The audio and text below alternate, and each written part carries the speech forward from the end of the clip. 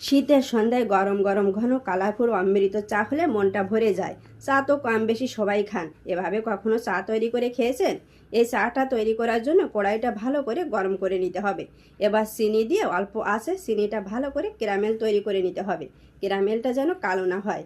এবার দুধ দিয়ে দিলাম। দুধটা দিলে আস্তে আস্তে ক্যারামেলটা দুধের সঙ্গে মিশে যাবে। এই দুধটা অনেকক্ষণ ধরে জাল দিতে হবে। এবার দুইটা এলাচ ও তেজপাতা দিয়ে দিলাম। আর দিলাম এনার্জি বিস্কুট গুঁড়ো করে জল দিয়ে গুলিয়ে দুধের ভিতর ঢেলে দিলাম। পরিমাণ মতো চা পাতা। এবার আর একটু সময় নিয়ে চাটা ভালো করে জাল দিয়ে নেব।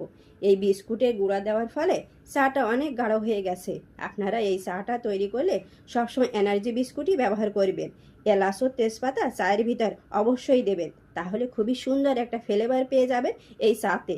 এইভাবে কখনো চা বানিয়ে খেয়ে দেখেছেন? একবার খেয়ে দেখবেন, মুখে লেগে থাকবে। এই চাটা এতটাই সুস্বাদু হয়, আপনি এখনই একবার বানিয়ে খেয়ে দেখেন।